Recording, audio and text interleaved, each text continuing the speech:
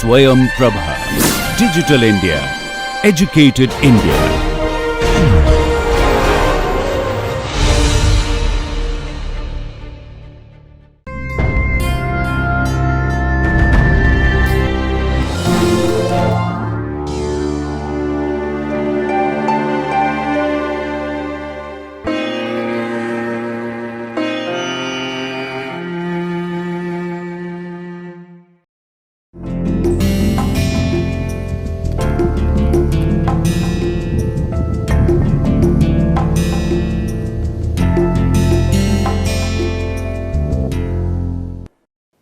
Hello, we shall start 10th lecture. This will continue discussion on nucleation treatment, single component system, solid liquid transformation. And if we see in the last lecture, we have found out this expression, and where this is critical nucleation barrier or activation energy. This is critical size, this is nucleation rate, where this term is taking care of taking the liquid atoms in the form of solid sphere to the top of that particular hill, and this part is taking care of the second event, where one liquid atom is added to the solid surface in order to make it stable.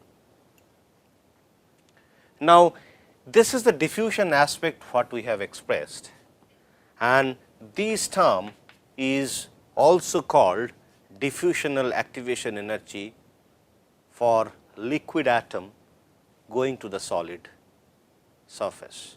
Now, if we try to see its evolution, so this is, let us say this is my solid surface and this is my liquid surface. Let us assume that they are having interface like this. Now, liquid atom, if liquid atom position is this and solid atom position is this. Now, this atom, let us say this solid atom position is vacant and this liquid atom takes the solid atom position. So, it cannot go like this. It always takes a path like this, which is governed by a kind of activation energy. So, these activation energy is nothing but delta GD. So, again this is also talking of some jump, and that time this would be the rate is proportional to exponential minus delta GD by kT, and this k is the Boltzmann constant.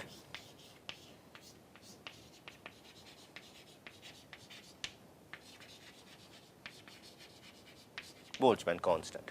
Its value is 1.38 into 10 to the power minus 23 joule per Kelvin.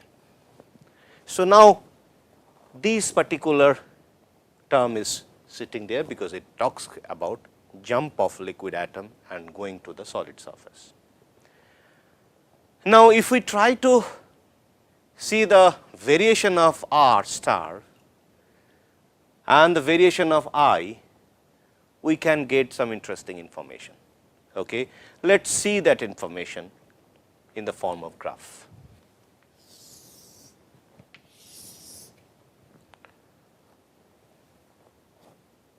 If I try to plot R star as a function of del t, so now if we see that R star is inversely proportional to del t, so that means R star would have a very high value and then gradually it will decrease like this. Okay, so this is R star variation. Now, if we try to plot I variation as a function of, this is I as a function of temperature, let us say this is my Tm, which is the melting temperature. At Tm, what would be the value of R star? So, now at Tm del T is 0, R star is infinite. Okay. So, now At the same time, if I try to plot, if I try to see delta G star value, okay, delta T 0, delta G star value would be very high. Okay. So, now another thing, if I try to plot at different temperature, what would be the variation of R star, we can also have a plot like that. For example, if I try to see the variation of delta G R as a function of R, you will see that that plot would be look like this. So, all will emit from this particular 0 point, and you will see that the R star is gradually increasing. Now, interestingly, we have to see what would be the temperature of those delta GR plot, because delta GR plot is at a particular temperature. Now, if I try to see that temperature, now as we see that R star is inversely proportional to del T, if we decrease the temperature, R star would decrease as we have seen in the last graph. So, that means as we are going from here to there, that suggests that delta T is small.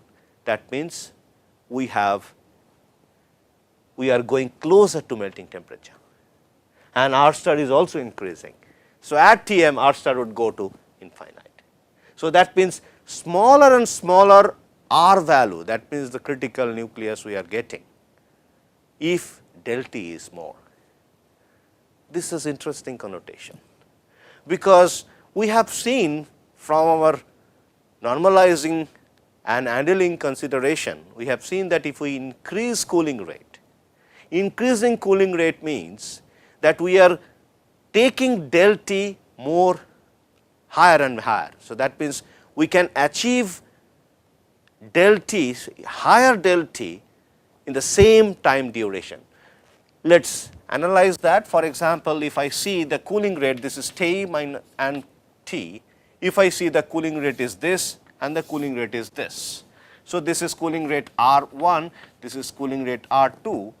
If I try to see a particular temperature drop, okay, so that means within this particular temperature time duration, which is let us say del T1, and if I try to see this duration, which is del T2. Now, we are going by the same del T, but if the cooling rate is fast, we can achieve that del T much quicker than when the cooling rate is slow. So, that means in other way, let us say I fix my delta T1, let us say this one I have fixed. So, I would like to see in a similar time duration how much del T I can achieve. So, now if I go there, so here I am achieving this much, but here I am achieving this much. So, this del T is this one. If I try to follow the same duration, this much is the del T1 and this is delta T2, where in case of higher cooling rate. So, that means higher cooling rate gets me higher del T, that means higher undercooling. Now, if I get higher cooling rate, I am getting higher del T, that means my R star would also decrease. It suggests that I might get finer structure. Okay? The size of the sphere would be finer and finer, and I would get very, very fine structure. Okay? So, that also gives little idea that why increase in cooling rate during steel heat treatment gets me very, very fine pearlite. That means, or very fine grain size. That means, I am reducing the critical radius because of higher undercooling, and that is because of higher cooling rate. Okay. So, now this gives a little idea that yes, if we go for a higher cooling rate, higher undercooling, I would get very finer structures. Now, let us see the plot of I. Now, if I try to plot I have two parts. One is this part, one is this part. And interestingly, we did not mention this part. This I0 is a constant. Okay. This I0, the detailed expression of this I0 will be again covered by Professor Sangal. We will not talk detail about this. Our entire thing will be governed by how we can find out delta GV, and at the same time consequently how this expression would look like if we considered, if we take those delta GV value. Now, if we plot these two expressions, so let us write that two expression, exponential minus delta G star by kT, and the another one is exponential minus delta GD by kT. Okay. Now, I is common, I is common. Now, if I try to see this variation and if I try to see this variation, let us see how these two variations would look like in the temperature axis. Now, I am plotting first, I am plotting exponential minus delta G star by kT. Now, at t equal to Tm, so that means at t equal to Tm, would we get any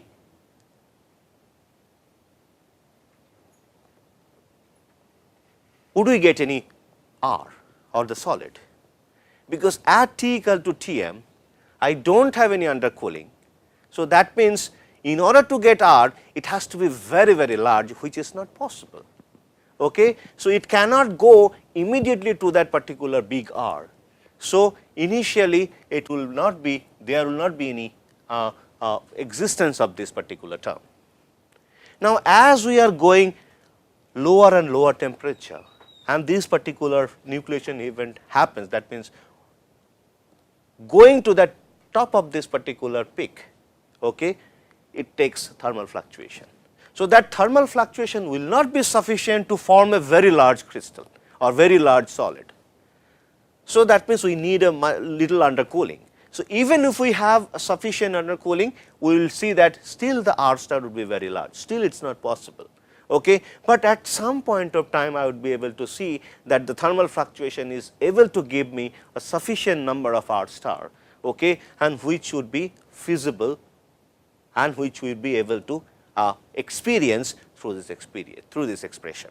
So, now it would look like initially there will be nothing, and then finally it will increase like this.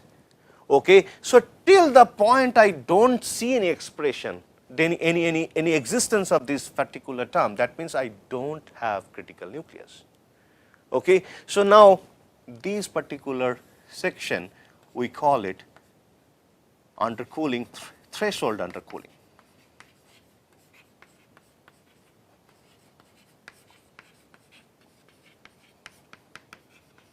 Threshold undercooling.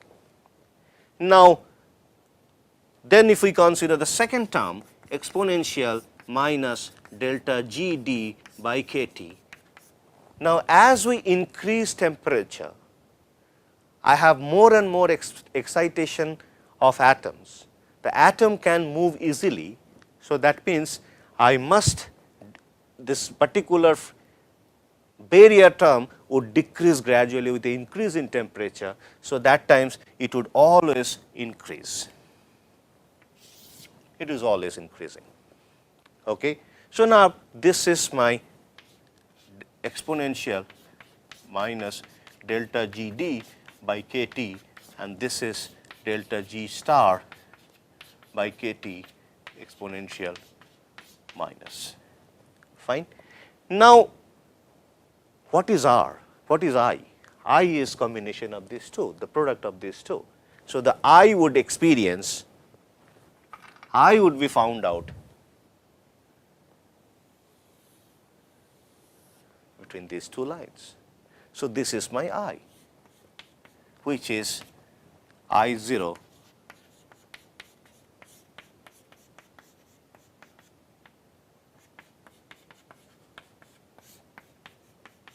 kT.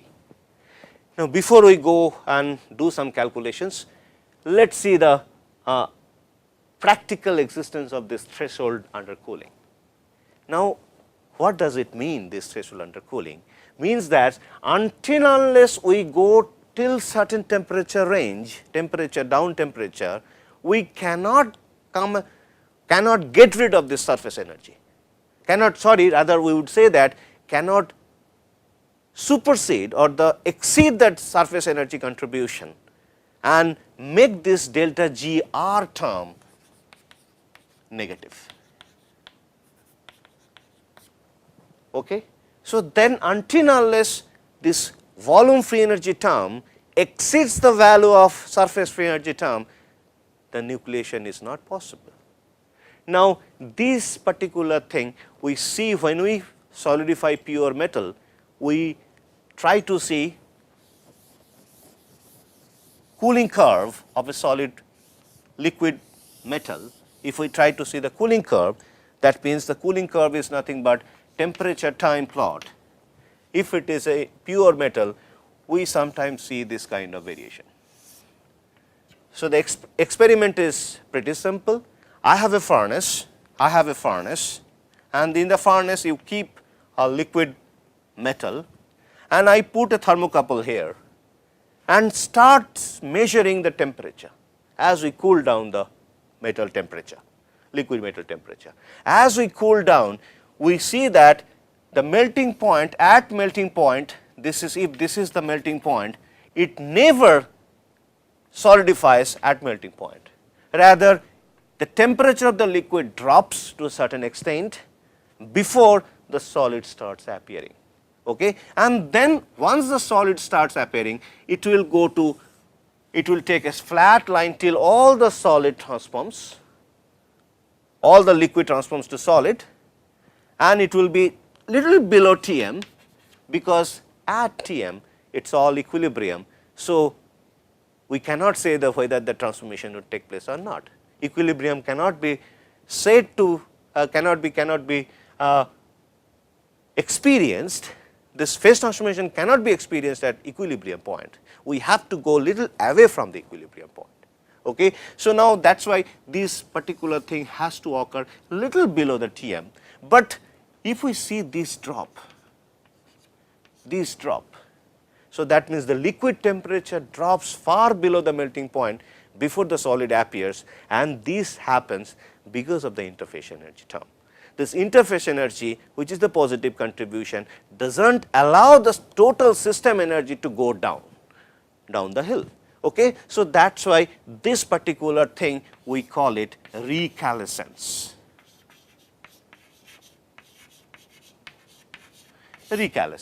So, this particular thing is nothing but this. Okay? So, now if we see that I variation, the I variation is like this. So, that means until unless we go little below the melting point, we cannot have any existence of nucleus. Okay? So, let us stop the discussion here, let us do some problem solving. So, then things will be very clear. Let us take a simple problem first, then we will solve a complicated problem. Calculate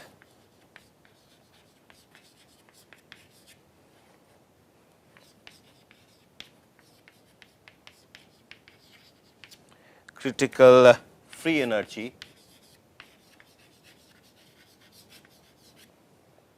of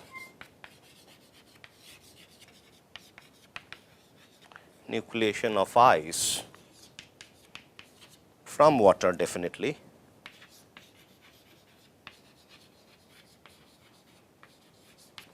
at minus 20 degrees Celsius, and where Tm is 0 degrees Celsius, delta Hm ice is equal to 6.02 kilojoule per mole,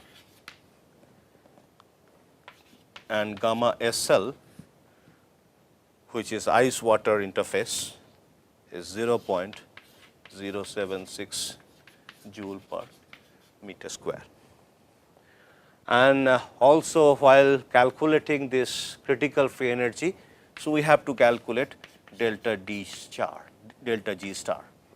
So, if I try to calculate delta G star, we need not delta G m, rather we need delta G v, which is delta H m, delta T, T m, V m.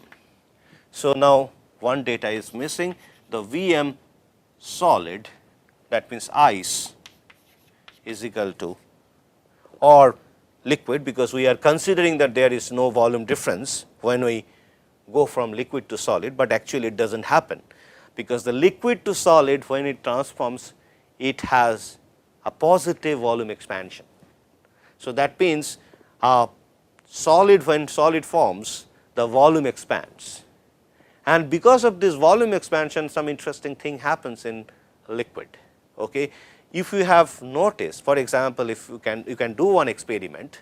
Let us say you take a small, you take water in a glass, open this one steel glass, take it to a refrigerator, freeze it, take that particular block out. Okay. So, let us say you have a glass and you have taken water and let this thing to be taken into a refrigerator. So, that means you have now you form total ice. So, that means once you take the ice, so that means after that you take it out, try to wait for some few minutes, you will see that this ice becoming little free from this glass. So, then you take that ice out. So, this ice is taken out. Now, you put a wire around that and have little wet. You will see that gradually this wire will cut through the ice, but this particular ice block will not be separated into halves. Okay. So, this particular thing is coming from that volume expansion, also the pressure effect. So, we call it Clausius-Clapeyron effect, but we will not consider this particular Clausius-Clapeyron effect right now. When we talk about still heat treatment, it might come across, okay, the Clausius-Clapeyron effect. So, right now we are not considering, because our basic assumption while coming to this value was liquid to solid transformation does not have any volume change.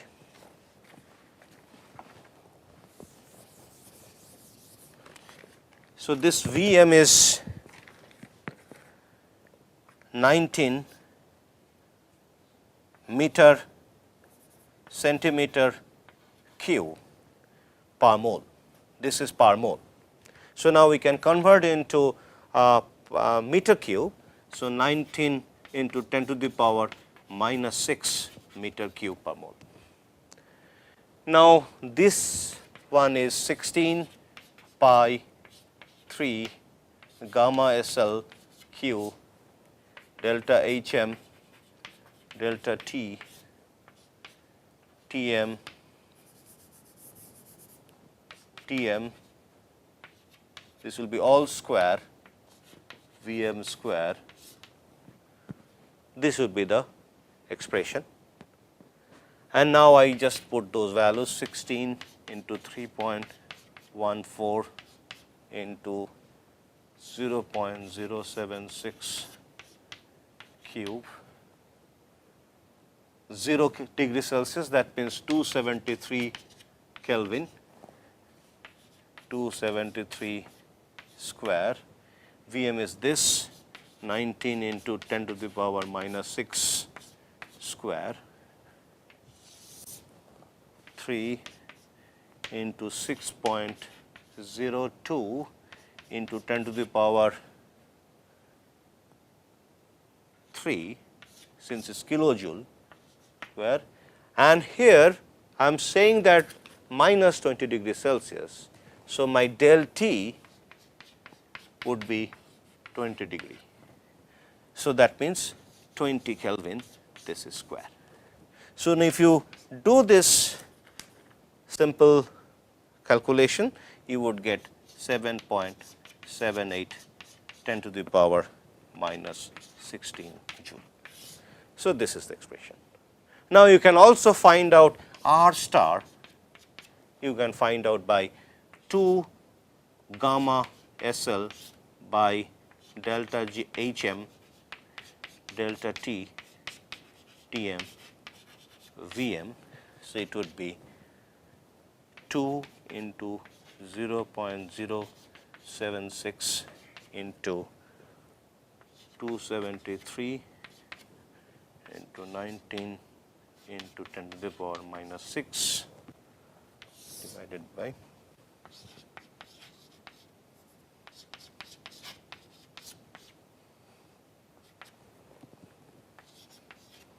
you can get R. So, that time this will be in meter. So, this is one simple example. We can calculate delta G star using that simple expression. Now, let us consider a bit a difficult problem.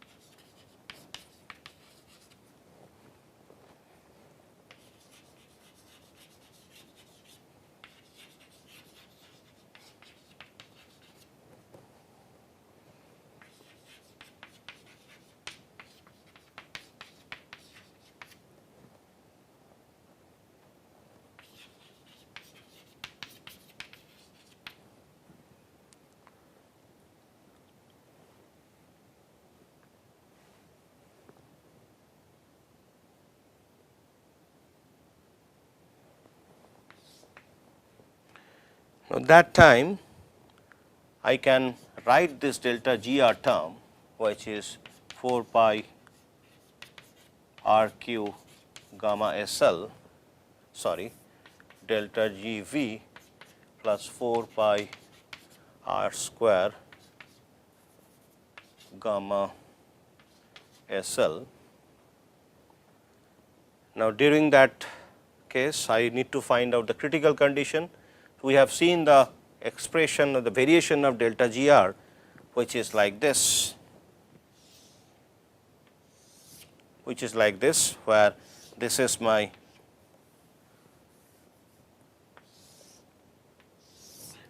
surface energy term, this is the volume energy term, and this is my delta G R, and at critical point, which is this, delta G R becomes maximum and the slope becomes 0. So, that means unstable equilibrium, and that time I just find out what is the condition there.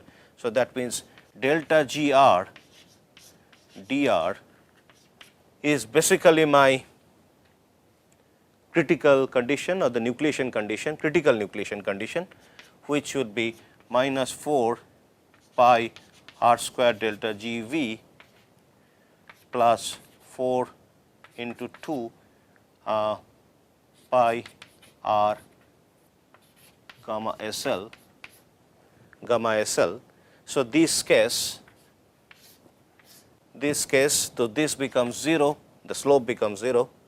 So, from there I can say that 4 pi R square delta G V by 4 into 2 pi R gamma S L equal to 1. Now, I have to convert it into this. So, in order to convert this, if I divide it by 3 and multiply with 3 and also I multiply with R, so this is R square. So, that time it becomes, so this 4 4, 2. So, it becomes 2 by 3. Okay. So, now if I try to see the surface energy, is saying that surface energy to the volume energy term, it just reverses. So, these terms surface energy